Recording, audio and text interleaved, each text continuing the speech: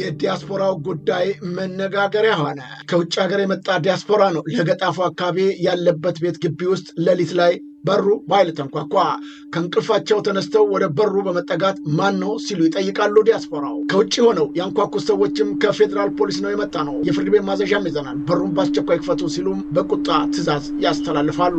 ከውጭ የመጡት እኚህ ሰውም በጨለማ መጥተው በራቸውን በማንኳኳት እንዲከፍቱ ያዘዟቸው ሰዎችን በመጠራጠር ምንም የፖሊስ ማዘዣ ይዘት መጠናል ቢሉም አላመኗቸውም። እናም ድምፃቸውን ከፍ አድርገው እንዲህ አሉ። እባክህ በውጭ በኩል ሰዎች ስላሉ ይልኝ ይሉና ይናገራሉ።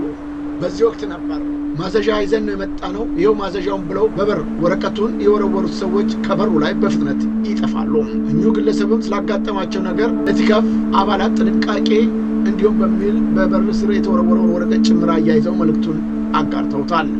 ወረቀቱ ለለገጣፎ ፖሊስ ማስረከባቸውንም በወቅቱ ትክክለኛ ፍርድ ቤት ማዘዣ ወረቀት ተደርጎ የተዘጋጀ መሆኑን አባሪ ደብዳቤ ተደርጎ የሚመጣ ነው እንዳሏቸውም ገልጸዋል። እኙ ከውጭ የመጡት እኔ ከውጭ ሀገር ነው የመጣሁት፣ አፍነው ሊወስዱኝ እና ገንዘብ ሊጠይቁብኝ ወይም ሊገሉኝ ነበር፣ እግዚአብሔር ነው ያተረፈኝ ሲሉ ጉዳዩን ለቲካፍ ገልጠውለታል።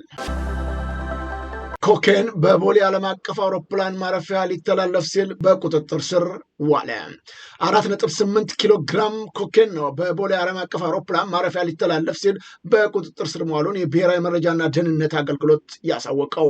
የብሔራዊ መረጃና ደህንነት አገልግሎት እንዳሳወቀው መነሻውን ናይጄሪያ ሌጎስ መዳረሻውን ህንድ ባደረገ ተጠርጣሪ ሻንጣ ውስጥ በደረቅ አሳ ውስጥ ተደብቆ ሊያልፍ የነበረ 4.48 ኪሎ ግራም ኮኬን ብሔራዊ መረጃና ደህንነት አገልግሎት የአቪዬሽን ሴኩሪቲ ሰራተኞች ባለድርሻ አካላት ጋር በመቀናጀት ባደረጉት ጥብቅ ክትትልና ፍተሻ አማካኝነት በቁጥጥር ስር ውሏል ሲል አሳውቋል።